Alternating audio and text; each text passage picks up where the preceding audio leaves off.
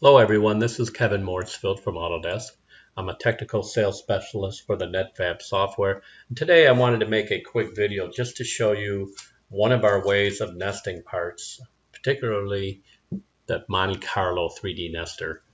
I'm going to go ahead and open up a project to get this started. When we load this project here, we're actually loading our workspace and all the projects that are in that project. So we're going to go ahead and load this orientate and pack fab project here. So this will bring in the workspace that's associated with the project. It will bring in all the parts here, and then we'll go over some of the options we have with the nesting. For the nesting here, we have a few different options for arranging parts. We have 2D packing, which takes into effect the geometry of the shape to pack it tighter than just simple packing, which uses a box around the part. Scan line packing is actually used for models that are different shapes, a bunch of different shapes, such as anatomical type models. Think of a skeleton. If you were to take all those parts, scan line would be the ideal arrangement packer to use. The scan line actually, works with to get the density of the build volume low, but it uses the whole workspace.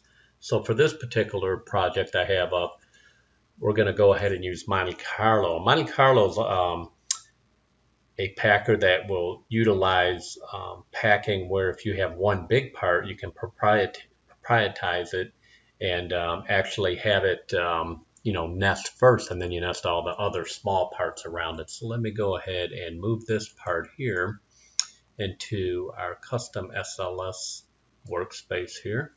And then we'll go ahead and click on this viewing here. Now we have all the parts that are in our custom workspace here. We have our flywheel here, and we have a whole bunch of parts here. But I want to show you these corner pieces here. You can make no build zones by putting in geometry. So I just wanted to show you that too within this project.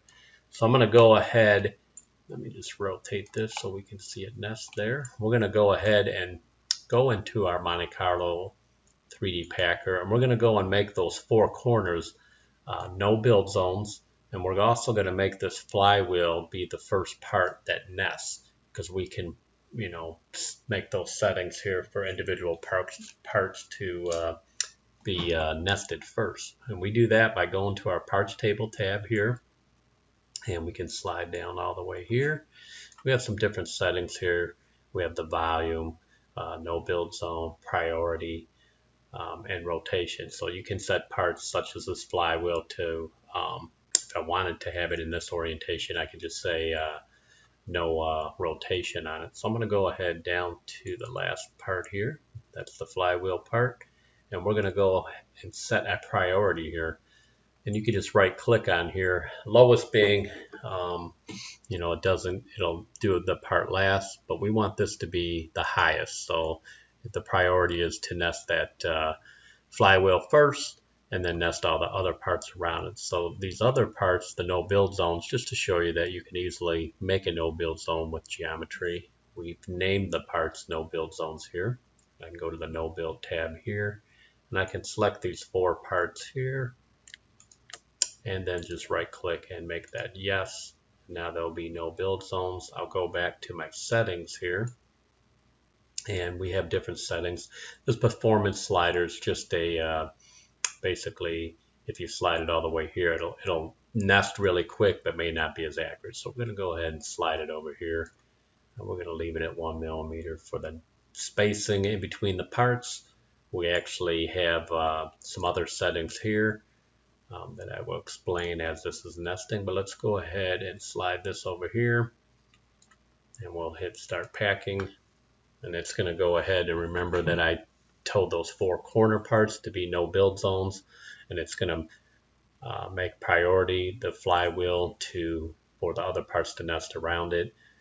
And as we go here, as you see, it'll count down the seconds here. We're going to get a packed volume fraction here as it's packing live here, And we can also, we could have locked down particular parts by selecting them. If I selected parts before I nested, I could have said just keep them in a locked position.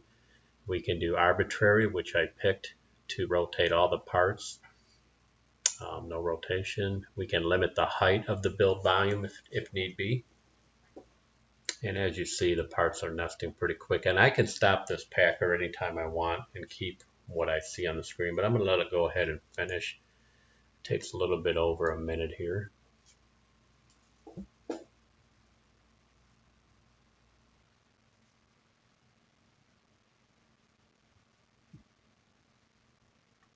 So here we are. It did take a little longer because I put the slider to be more accurate. It took 2 minutes, 36 seconds. So we'll go ahead and show you how many parts did we have on here. We had over 100 parts. We had 162. Again, if we look at after it's packed here, you see all the no build zones are there. No parts are touching it. There's no collisions. We do a collision detection when we 3D nest all the parts. So you can see how this would be a nice feature to have, to be able to save material, to be able to pack the parts real quick instead of manually moving all the parts. So you're going to save a lot of material. You're going to save a lot of build time. And again, this is the Monte Carlo 3D nester that's in Netfabb. I'm using the latest version, Netfabb 2020.1. And again, this was Kevin Morsfield from Autodesk. Thank you.